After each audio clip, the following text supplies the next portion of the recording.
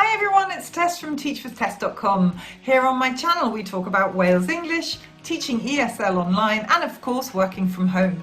Now today I'm really happy to bring you the 4th edition of Wales Teachers Talk. Now I've got three fantastic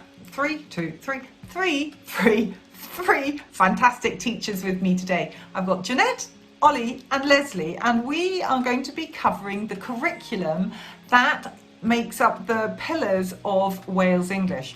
Now we are specifically going to look at the Reach Higher courses and the ORT, the Oxford Reading Tree. Now between the two of them, they really do make up the majority of the courses that Wales have now on their platform. So tune in. Please don't give up and look and think, oh gosh, this is so long. I've put some time slots below so you'll be able to skip if need be to the area that interests you. But they really have some wonderful advice and tips and thoughts about teaching these two different courses, which are very different. Now, of course, if you like what you see on the channel, please remember to like and then subscribe, because every Friday you will find new content here.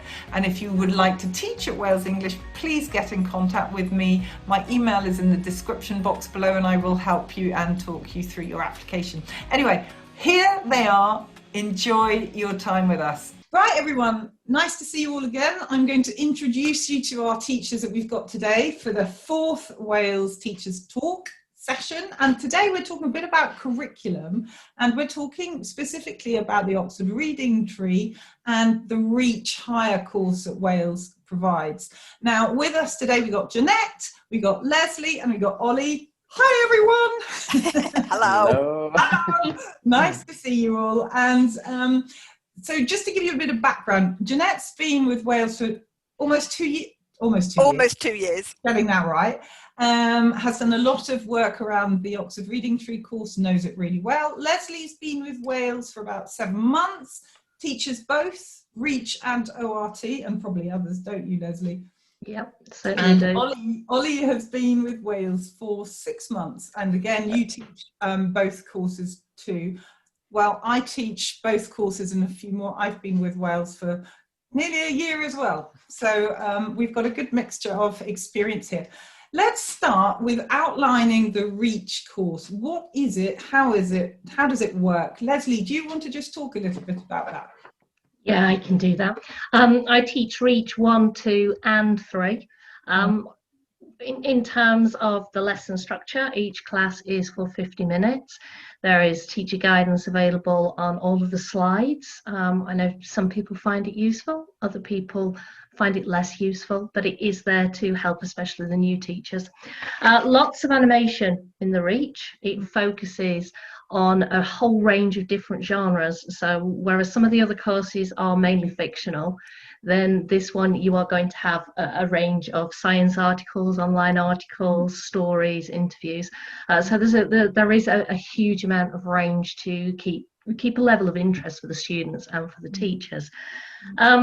In terms of teaching it, I think it's really important to go through the PowerPoints first and be very, very clear about the contents. There are a lot of trigger points for these animations, and knowing how to use them in terms of giving the students the best experience possible, that's great, because certainly it looks great to the students on the other end. I think some of the challenges come for teachers in interpreting the way it has been written and making sure that you can deliver it in a slicker way as the slides have been put together. That covers a whole mountain of different ranges. Yeah, and what about, I mean, we can go more into detail about, you know, the pacing of the lessons when a bit later on, but that's a really nice summary of what it is. Jeanette, what about the Oxford Reading Tree, ORT? Oxford Reading Tree is based on a tried and tested system. The Oxford Reading Tree books are used in British schools. Pretty much every UK school would use them for the reading scheme.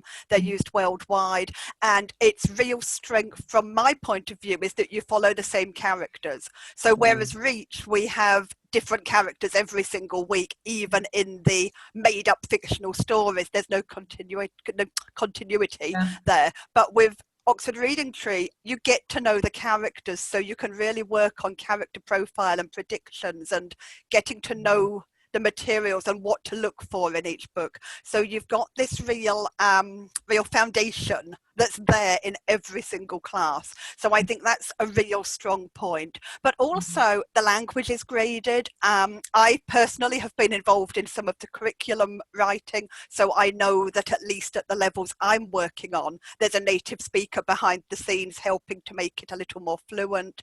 As Leslie was saying, there's a lot of animation and triggers in Reach. Oxford Reading Tree has a lot less of that. There's some, but in Oxford Reading Tree, it's mostly pop-ups to get a vocabulary definition or something like that. So it's not bells, whistles and singing, dancing characters. You don't need them. You've got Biff and Chip. I mean, what do you want? So, what more do you want? And floppy. And I mean, there's so much detail in the pictures as well, that another strength is that it's very easy to adjust to suit any level. You might have children in your class who are above the level of the materials. That's okay. You can take it as far as you want. You might have children below level. There's so much in the pictures that even if they can't understand the given questions, you can easily find something that they can relate to and understand. So, I mean, it's no secret that I love Oxford Reading Tree. Yes, I love Oxford Reading Tree. Now, Ollie, you've been with Wales for 6 months. You've taught both. What's been your experience so far about the two different curriculums with the levels? Remind us what level you teach. Sorry, so I teach pre-K, GKA and GKB. I hope I got that right. In both ORT and Reach. Most of my classes are Reach, but I have about 3 ORT classes. And I really like ORT because, as Jeanette said, it's based on a reading text. You get to know the characters. The students do preparation before, and then they come in, they read, we talk about the pictures, and then at the end of the class, you retell the story. So there's lots of opportunities for reading and speaking as well, which I think is good. And for Reach, I like Reach. Most of my students are young boys between 4 and 6, which is quite fun. And there's lots and lots of repetition. You're spending 50 minutes on a single language frame. So there's lots of repetition. So it gives them an opportunity to practice. However, as Jeanette said, there's a lot of continuation with characters, but in Reach, there's not as much. But I don't see that as a problem. What? Only for the teachers who can't remember that Sophie's Sophie this week, but was Fiona last week. Yeah, it does change like that. Just out of interest, so if we're talking about Reach a bit more, I mean, I teach pre-K, GKA, GKB, G1A. I did a tiny bit of G1B, but they went to a different day. And G2A, G3A. So I teach a huge amount of Reach, and I've got 2 ORT classes, which are GKB and G2A. Again, I feel very much like Ollie and Jeanette, and I think Leslie likes ORT too. We all love the ORT course because you get so excited about the stories. The stories are just wonderful, and I mean, it's just the kids come in and they go, yeah, wah, wah, wah, wah, and they just rabbit away. The Reach ones are very different, and it's quite I would say some of the Reach courses I prefer over others, and I know, Likewise. Yeah, I tell you what, I know, I'm not sure if I don't know what, I'd be interesting what other people think about the pre-K videos. I haven't seen pre-K. I teach GKA up in Reach all the way up to G3A, but I haven't seen the pre-K. Because the pre-K videos, I mean, they have their little song at the beginning of every single lesson. Some are great, some are very questionable, but some really stick in your head. It's quite funny.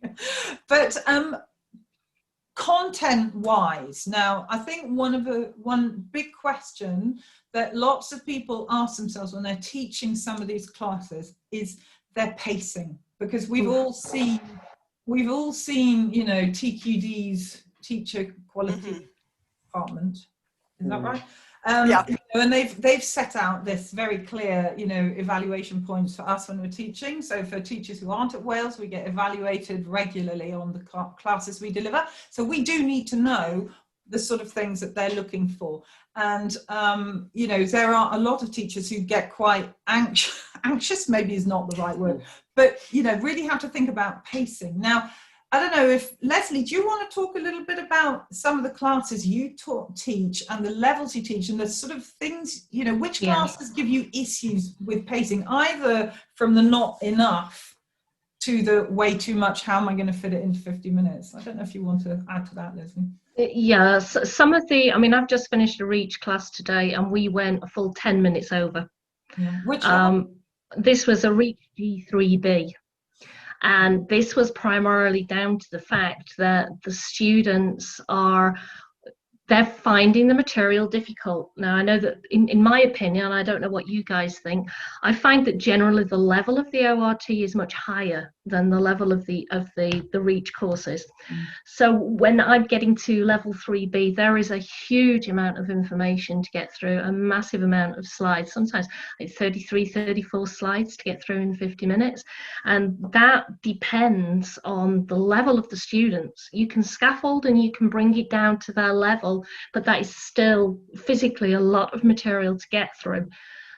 So that one in particular gives me some difficulties. I tend to, I plan everything very carefully. I've been teaching for 20 odd years, so everything is planned, and at the side of me I have a piece of paper that says slide 1 minute, slide 15 24 minutes in, and I use that religiously.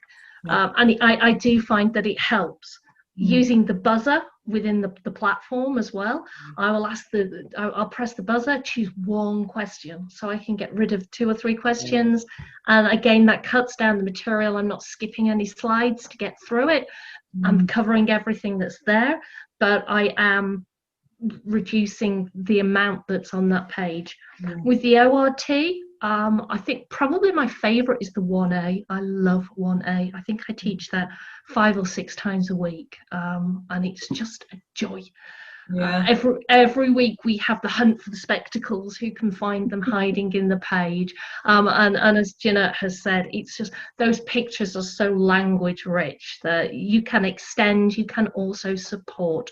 So with the ORT and the buzzer and the spinner, it's easy to scaffold and to remove some of the content. I don't teach the earlier levels, so I don't know, Ollie, how do you manage that at the earlier levels? Yeah, I can talk to that. So for me at the start, when I first started, I got a few GKA. So I was teaching mostly that. And I really struggled with time management. I was looking at the time on the slide. I was looking at the Beijing clock that we have. And I was looking at the amount of slides that I had left and what we need to do. So it was really overwhelming at the start.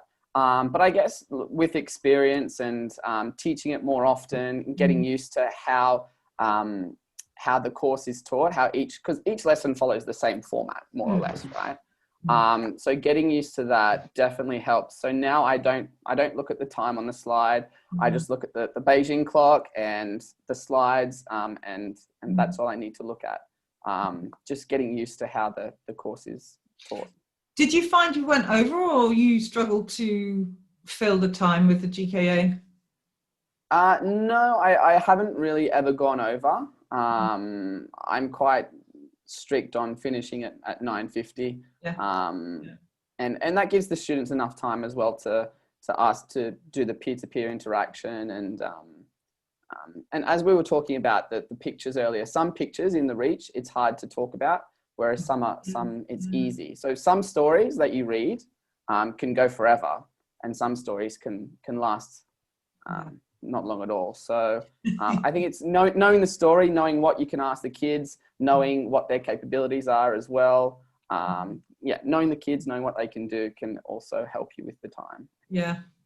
I think it's quite important to have, you know, extension activities, and you know, and you know, Leslie, you were giving some really good tips about, you know, reducing the number of questions if they're overly rich, which some of the levels really are. You know, you just go, you know, you've got so much to get through, and it can be really challenging. But there are certain levels, you know, I teach because when I started, for some reason, I got loads of ESC classes. So I've become a bit of a master at ESC. But as a result, because they're now renewing, I've got quite a few GK pre-K as well. So for some, I've got quite a few lower levels, and I've got a few higher ones, and not so many in between. But I think, you know, with pre-K, for instance, I regularly have to enrich and bring other things in if I have good kids, because it can be so repetitive, you know, and you're thinking, okay, there's only certain amount of times they can ask the same question. So I think I do bring in a lot. I think pace-wise, for me personally, the hardest classes I have are G3. The G3, for exactly what Leslie said, the amount to get through is really enormous. And because it is requiring a certain amount of understanding, and they're quite young kids, some of the stuff that they're looking at, they're just going, I have no idea what they're talking about. And so you need more time for them to understand what you're doing. And so you're always running over. The other one is the, you know, ORT. It's quite easy to go over to because they're stacked. What are your top tips maybe with ORT, Jeanette, about time management? I bet unofficially, I tend to speed through the stuff at the end. But I think, I mean, all of my students who are doing ORT, I've already had them for at least one course before this, so I know the students well anyway. I get them to do peer-to-peer on every slide. We don't always read, even in the GK. Are you all still there? You're all frozen. Yeah. Yes. Have you lost me? Okay, so all the pictures froze there, sorry. So I would get them to not read on every page. I would get them to read now and then just as a quick reading check, but I would encourage them to think of their own questions or to use the ones there if the questions there are too difficult, and some of them are. Actually, this is an aside, as a G1 plus question writer, the brief is to match the questions to the language in the books. The GK questions are above level. Often they have modal verbs, they're put in quite a complicated way. Change the questions. Don't be afraid to change those questions. If it says something like, what would Nadim do on a Saturday afternoon in May and how did he feel afterwards? Change it. Just cross out some words, simplify the sentence or something like that. So I do a lot of that. I do a lot of annotation. I put the students in the picture. So I'll have Eric, you are here. Elsa, you are here. What will you say to Biff? What will you say to Chip? Or more often, you are Biff, you are Chip, talk to each other. And then I just sit back and say, okay, you're Biff, you're Chip, what are you talking about? And I'll pick up my cup of tea and sit back. And they will nearly always say something. Sometimes they will argue the point. I think I said this in the last of these videos that we did. Sometimes they don't want to be Biff or they don't want to be Chip. There's always something that they do want to be. It might be Floppy's skateboard. It might be that they want to be the robot that Nadim's holding. There's always something. If they really argue the point, you've got two options. You either be tough teacher and say, I said it, you do it. So, what do you want to be then? And then they're still using language to explain, I want to be the skateboard. It's like, fine, you're the skateboard. How do you feel now that Floppy's riding you down the hill? So I don't often use most of the questions. I often skim the questions. If they can't think of their own, I will point them to one to read to each other. So even though I say they don't read the text on every slide, they usually read something. They either read a part of a question or a complete question, or they read something I've written, or they say something, I write it, and then they read it back to me, or if they don't have the level, I read it back to them. So a lot of annotation. Every slide we'd end up with writing something different, and lots of speech bubbles. I'll draw a speech bubble over every character's head, and that works really well. And then you can fly through each page. You don't have to spend too long. I mean, teachers panic about skipping slides. I won't say I skip slides because I will acknowledge what's on the slide as I go past it. Say, we covered that just now. We don't need to do this slide. And that slide's then gone because I know we've already covered what's on it. So that's quite an important thing in ORT when you are under time pressure. There's a couple of slides at the end that are quite similar. We have the retelling. Then we have another one, get ready to present, which is just another heap of retelling. So I will often say, we've covered that. You retold the story really well already. We don't need to do it again. Yeah, Job I done. agree.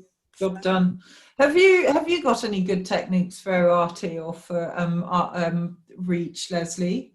What sort of things do you do with, you know, if you're teaching lessons which haven't got enough content, maybe, have you had experience with that? I mean, I suppose ORT is rare. ORT for me is more about reducing the content rather than extending it, because I just think it's been so well written. Yeah. And when you're scaffolding the children, there is the space to annotate the screen, to give them the frames to support it or to extend it. So that works beautifully. The Reach, that's harder because there is a lot less space to support them like that. In terms of extending, sometimes with the 1As, especially when you're used to the 3s or the 2Bs and you suddenly find that there's less content, you suddenly think, okay. I like to use the spinner within the Wales platform, and I will assign a question word to it.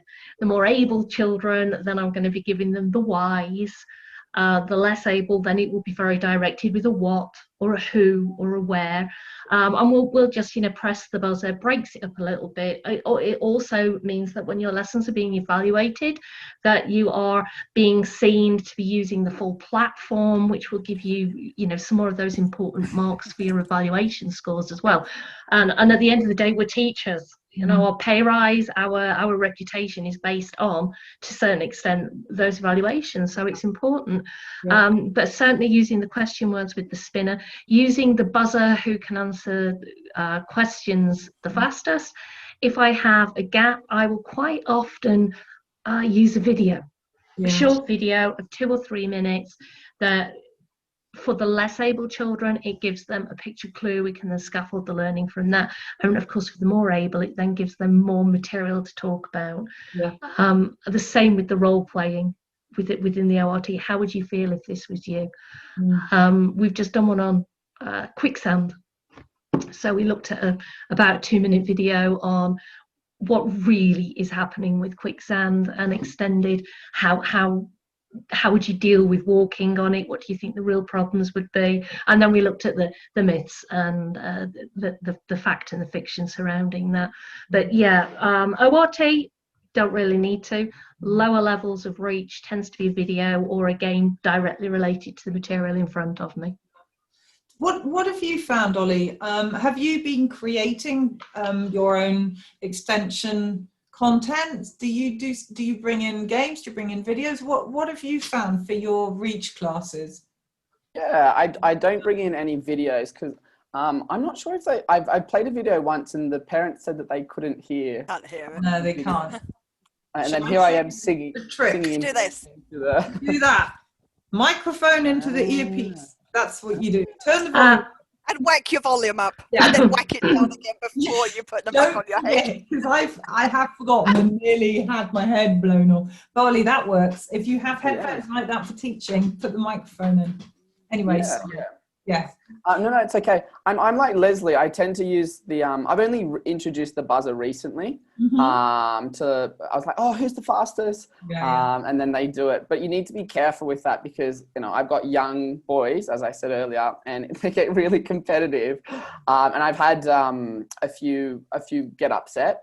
So again, I'm like, okay, right. It's okay if we win, but it's okay if we lose. So I'm trying to teach them that as well while we're playing the game, and they get better as well. And my parents are really supportive. Most of the parents are quite supportive of the children, which is good. But I use that for to play a game, and I'm like, okay, now you ask a question, and that way they're thinking of the question about the picture and stuff like that. I forget what I was going to say. Sorry. Oh, it's okay. We can pass it over to somebody. It was I have to admit, I never used the buzzer. I tried it when they first brought it in. As Ollie said, it caused upset. I had one student who could always get it. I had students whose maybe their connection isn't so good. They Yeah. weren't seeing it fast enough. They could never catch it. Or even worse, they hit it in the wrong place and your slide jumps forward, or your animation triggers, or something Yeah. like. So I don't Yeah. use the buzzer. I do sometimes use the spinner with the numbers. I occasionally use the timer, but to be honest, I don't use those. And as Leslie said, in ORT, I very rarely need any extension. In Reach, I extend all the way through. GK, G1A and up, you don't need so much, but the GK levels, teachers on the forums say they always finish 10 minutes early. If you're finishing 10 minutes early, start peppering your things in between. There's no need to finish 10 minutes early. No. Spend an extra minute on 5 different slides. Yeah. I remember. You remember. You gave me my idea. In the GK, in the first and second lesson, they talk about adjectives and just describing different animals. And then you can, I try and bring it back to them, make it personal. Okay, describe your mum, describe your dad. She is happy. She is quiet, or she is fast. Is your mum fast? No, she isn't. So just try and make it as personal as possible. Bring it back to, because sometimes it can not be relevant topic, so try and that's something I put on my notes, to just any fillers, any extension, make it relevant to them, teach them how to have general conversation. It's part of the lesson, it's relevant to the lesson, but bring it around so they're having that chat all the way through. It's how we get to know our students. I got feedback from my, I'm not sure if you want to put this in, Tess.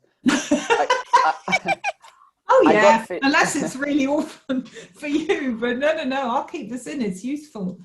I got feedback from my TC saying, please don't have free conversation with the child. Can you stick to the lesson? And unfortunately, I didn't get feedback about what lesson it was. But I guess, that will have come from a parent, I think. Because there are, for most, it's, you raise a really good point here around extension and the fact that Jeanette was mentioning ending 10 minutes early. In general, the majority, I don't know what you think as well, Leslie, but the majority of parents, as long as they see that you are covering what is in the lesson, that they are learning and that they're interested and they are being extended to the level that they're at, they're pretty good, the parents. But from time to time, you can have one that says, I want that, and then it will come back at you like that. What's your experience been with this, Leslie? Have you had any, I had one with an ORT group. They're fantastic. These are a group of 5-year-olds and they're pretty much bilingual. But because they're 5, of course, it's the writing skills. So we have a lot of parents that do the writing for them. So naturally, because of my background, seeing how capable they were with the speaking, I extended, and I had feedback from the parents saying, no, the level's too high, please just let them read. Right. Okay, fine. That's the parents' wishes. And I think one of the things that we have to bear in mind is the parents pay for these lessons and have an expectation, and whether we like it or not, they are the people that keep us in the job that we do. So there has to be an element of keeping the parents happy. That particular class, I now just keep it within the exact boundaries of the class, extend as far as possible. Don't do any more work on irregular past tense to help them extend. Just the words that are there. Parents are very, very happy. Class is going swimmingly. I think we're up to about lesson 26. No more problems. But I do think that we have to keep the parents' wishes in mind and really know the classes and know the parents. You raise an interesting point about you're talking about extending upwards. You're talking about teaching them irregular past verbs. But I fill a lot of my lessons by extending sideways, I suppose, if you want to make that kind of difference. I would tend to go off on a sideways tangent. And for example, GKB, this is one I was going to bring up, but then you said about maybe not sharing material. Miss Bear's Week, GKB Reach. I have 2 students. I have students who are incredibly high level. I teach this course about 7 times a week. No pun intended, that's my week. So the high level ones, we'd be looking at Miss Bear at the cinema and we'd be like, what movie is she seeing? What's she eating? Why is she there by herself? Who's she with? What's the movie about? And then suddenly we've created a whole story, but it's still on the same level. Yeah. I'm not asking them to stretch beyond their capabilities. And then likewise, if they're a low level, then maybe we talk about a bit more about what else can you see in the picture. But so they kind of actually get the same experience, even if they're different levels. But one has then created a page-long story. I think I shared this in the Facebook group, actually. My 2 students, Miss Bear goes to the cinema. So I wouldn't, I mean, I'm not clever enough to quickly improvise on past perfect, present, what's it thingies. But I can spin a story out of almost anything, and that's what my students would get as extension. It's like, what else can we drag this picture into? Yeah, that's interesting. I think I agree with a little bit of all of you. Yeah, yes, some I will do exactly what Leslie's doing and sort of pushing them up again and up again. Others, you know, I will extend by getting them to ask their own questions a lot. I try to really, you know, really want them to think through things. But one thing which I suppose extension is not the right word, external content probably, I do that a lot. I do bring in a lot of images, a lot of videos, a lot of, you know, I share a lot in the Facebook group. It's like, oh, this is a good one, you know, and the one I shared the other day on the water hero. I have that now, thank you very much. It's brilliant because it's got subtitles, because the guy is from Mumbai and he speaks with quite a strong accent, but he speaks in a fairly, you know, simple and easy to understand manner. And it's slow. It's slow and just the right length, and the children loved it and they started talking about it because it brings these characters to life, you know, and very often because they are National Geographic based things for the Reach ones, you find National Geographic videos on YouTube. So, you know, you find the same personalities and they like that. And often, and I think James said this in one of the last videos we did together, but he likes to try and drop a video in halfway through a lesson or something just for them to go, I can just watch, and it breaks it up a bit. And I agree with him, it works really well. I do bring a lot of external content in, I have to say. Oh, I do, especially with Reach. I don't with ORT, apart from the odd vocab word. I have one student who wants to know every new word. What does that mean? But that's a whole different story. But in Reach, I mean, I would be pulling up vocab words, I'd be pulling up video clips. Today, I shared the wolves in Yellowstone video, but it was only one of about 4 different mini clips that I showed in the class. But because I'm only showing maybe 30 seconds each time, it's breaking up the lesson. It's stopping them from being screen kind of all the time, and it's showing them some real life. In fact, they were amazed because we showed a picture of bears fishing as well, and it was the exact same video that the clip in the script on the slides is from, and I didn't even know that. That was pure coincidence. And they're like, oh, it's the same. They often are. This is what I mean, they are often, you get almost exactly the same thing. It's quite bizarre. The only time I've ever shared anything with ORT was a G2A class I have, and they're talking about the kidnapping and it's Rupert and the bears. So I found you know, because obviously they can't say who they are, I'm assuming for copyright. No, I brought that up. I actually wrote some of the questions for part of that. I worked on that one, and I said to them, if there's any way you can get the license for Rupert and Paddington, you've got to put them in. But I guess they didn't. No, but I shared the pictures, so they went, oh, so that's who it is, and you know, they made a link. They're quite nice. Ollie, have you, as a new teacher, you know, what is your favourite course to teach at the moment? That might be, you know, whether it's Reach or ORT, or maybe it's one particular Reach plus an ORT at a certain level. I don't know. What's been your experience so far? Well, I personally, it comes down to the students, how much they give me, how much like effort they put in, how interesting they are, how much they can extend. For example, I have I think my favorite course at the moment is ORT Pre-K.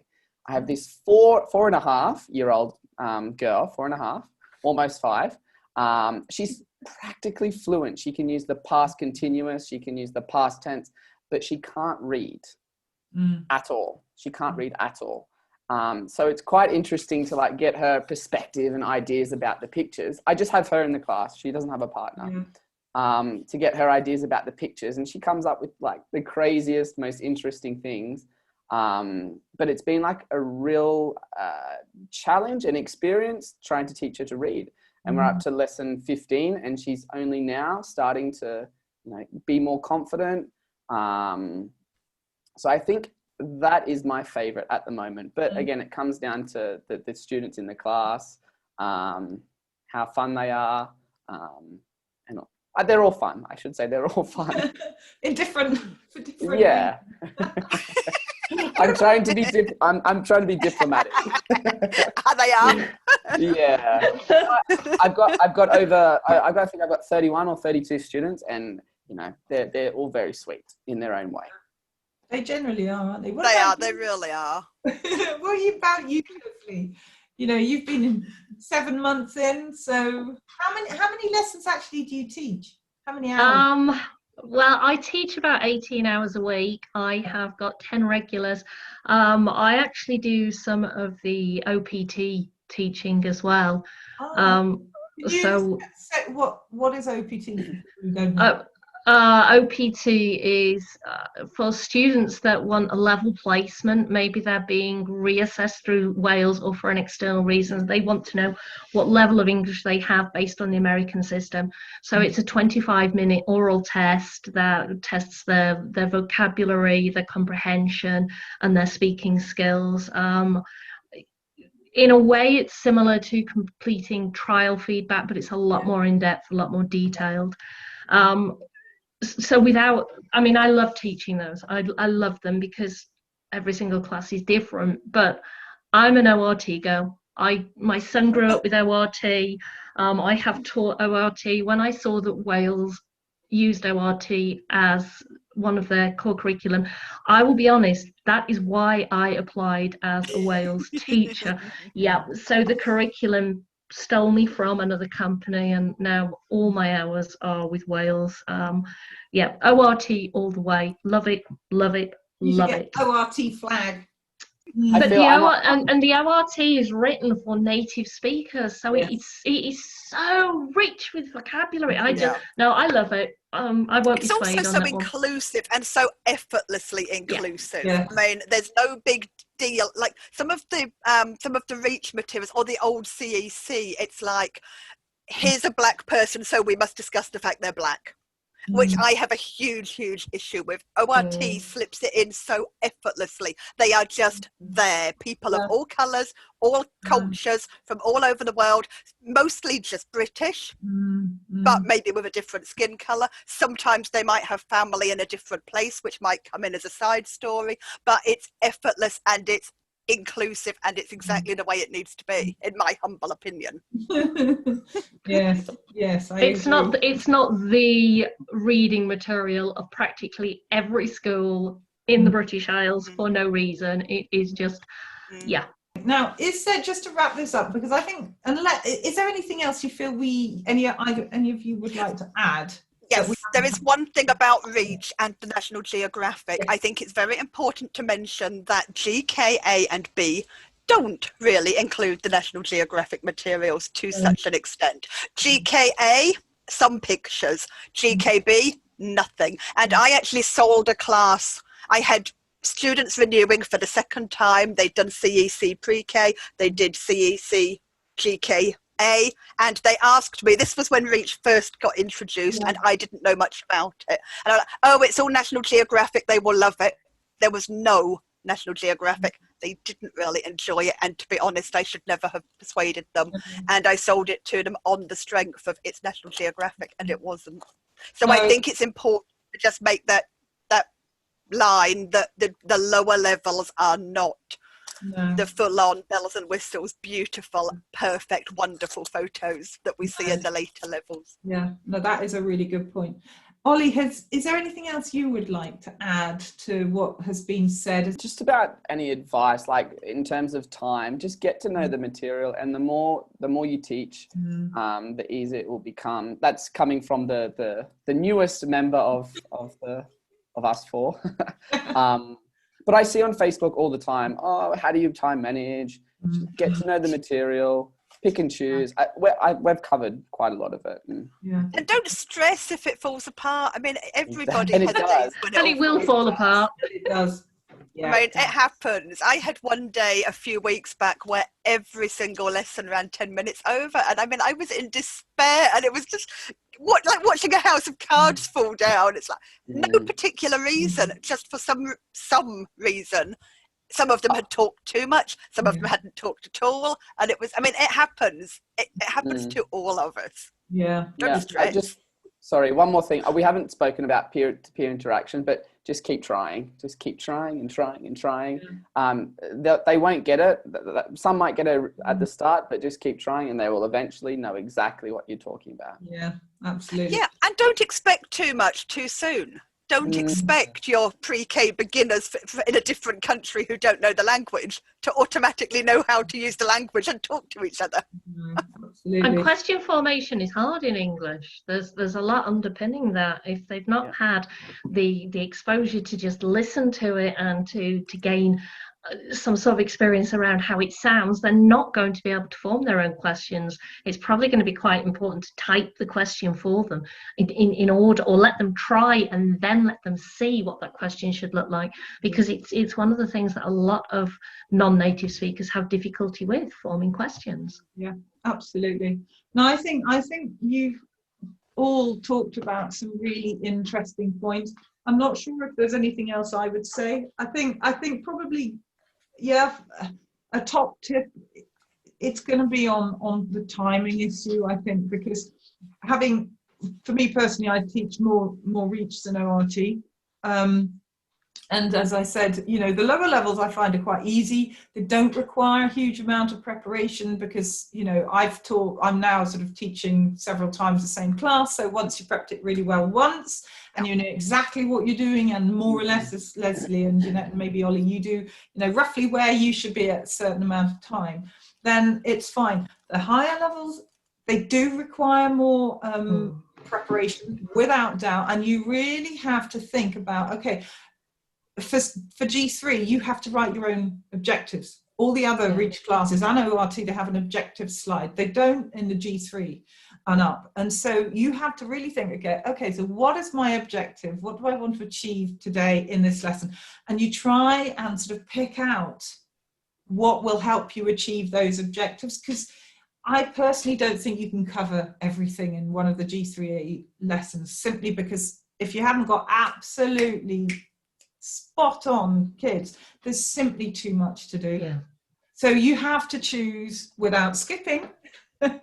You have to choose really carefully. And then, it's quite interesting. I went over on a ORT lesson not very long ago, and guess who got evaluated on it?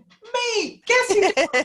Guess who got dinged because I went over nearly 10 minutes? Me! So I said, yes, I agree with this. But I wrote back to TQD, and I did sort of explain to them that I'd done a lot of extension, they did a lot of learning, it was really, and I pointed out that if you counted up the slides, it went over 50 minutes.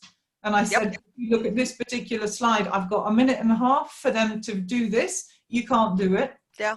And they came back and they adjusted my score and, made it That's better. good to know.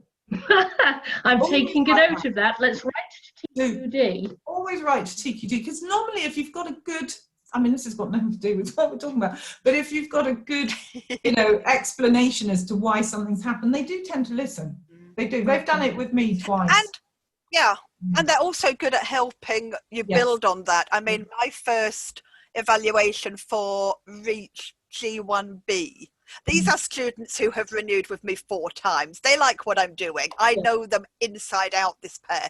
And it was the worst evaluation I've ever had. It wasn't hugely bad, but it was the worst. Now, I know who evaluated me, and I entered a dialogue with him, and we talked about it, and we Skyped, and he gave me some information about how to build on it and what to do next. And it really helped, and it made for much better lessons. He talked me through the writing lessons, because a lot of teachers have problems. That's maybe something to mention. Some of the higher level Reach have a writing lesson every 7 classes or something. It's a whole different ball game. And having actually spoke to this trainer, who shall not be named, but he's gorgeous. Who is this person? Just a little clue. Tess, were you at the meetup? I can't remember, the Bristol one. I joined. I joined the day after it. Oh, you said, you said last time. No, I actually met this trainer in person, and he's a trainer and an evaluator, and he knows what he's talking about. And because it was him, and because he signed his name at the bottom, I could completely respect his opinion and know that I had listened to him. And then, I mean, they're more than happy. A couple of times I've approached them direct, not on the back of an evaluation, but because I've got a class that I know is giving me problems, and I've written to TQD and said, hey guys, watch this, tell me what to do with them. I've done that before, and they're great. For Leslie and Ollie, who are newer, you really reach out to them, and they will. I asked to have specific training on the G4, one of the classes at one of the higher levels, because I was given this G4 CRC, never done anything like it before ever, and it's fine now. I've sort of done it, and I absolutely lovely, and now they've given me a second one, so I'm fine with that. But yeah, if you're not sure about something, or if you want some input from TQD, are great. They really are. They're really helpful. They really are. They really are. Yeah, they really are.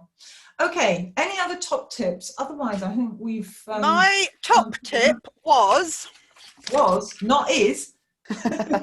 is trust yourself. If you know your students, you will know how to grade your language to suit them. You don't have to follow every question to the exact letter. I wrote the questions. I don't use half of the questions because I grade them. I mean, I do use the questions, but I changed them. So I will, make it easier, make it more difficult. They are supposed to be a springboard, a signpost, a kind of teaching guide. But at the end of the day, you're the teacher. And Wales do trust its teachers. Its teachers, their teachers. How bad is my grammar? And that's, they have faith in their good teachers, at least. To take the materials they're given and apply them to the students. We know the students. And that means that you don't have to ask somebody something they're not going to understand. Use your own common sense and teacher head to make it work for the students. And that's my advice, trust yourself. Good top tip. Leslie, have you got a top tip? Any other top tips? I think we've covered most of them. Again, know the students, get to know the students. That's so important, either to extend or to support. It's harder now, but if the parents are there, I always make an effort to say, hi mum, hi dad, and I always thank them at the end of the class as well. I think that's really important. At the end of the day, this is a business. We really enjoy our work, but we don't do it for free. With the Reach, especially with the higher levels, as you say, Tess, sometimes the preparation I think at those levels is key.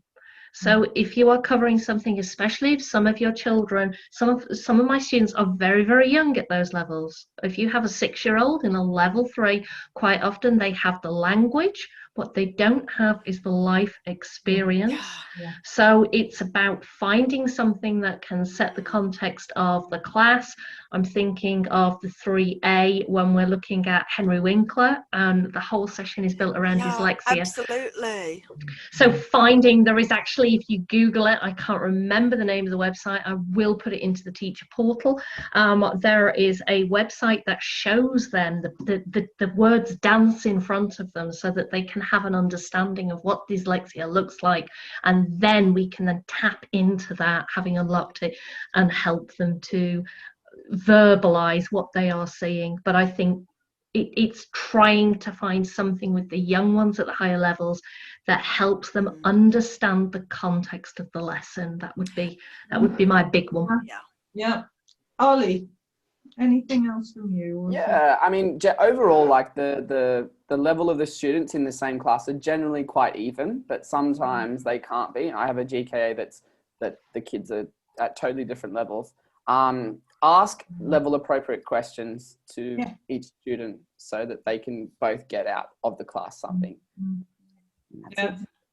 No, I think you're right. I think top tips, they've been really good, really useful. You've just reminded me of something, Leslie, not a top tip, but a little, guess who I met? When I taught that class, the Henry Winkler one, I brought a photograph up of me. You brought him in as a prop. Here he is. Photograph of me with Henry. He comes up about here. He's tiny, but he came to our school and he read. He spoke. Mind-blowing. Wow. An amazing guy. And and I was sort of looking after him while he was at the school. Just extraordinary. Oh, that's awesome. It was. Wow. Not a top tip. Totally irrelevant. No. But, Henry. But it is a valid point what Leslie was just saying. I mean, some of those reach courses where you do have to sidetrack for half an hour to explain something. I did the riddles one in, I think that's G3 as well, isn't it? G3A. And I had to explain to them what a pun is, why a pun works, and they can't get it. But some of those, again, that's why I love ORT, because they get it. There is nothing in ORT that any child anywhere in the world couldn't relate to. All right, folks. Well, listen, I think that was a really interesting session. I think there'll be people who are able to listen to that and get a much better grasp of the differences between the two types of curriculum. So I'm going to say goodbye to you all. Bye! Bye! Bye! Bye! So there we go. There are our wonderful teachers. If you are interested in being part of these Wales Teacher Talks, please just get in touch with me on the Facebook page. I'll see you next time. Thank you. Bye.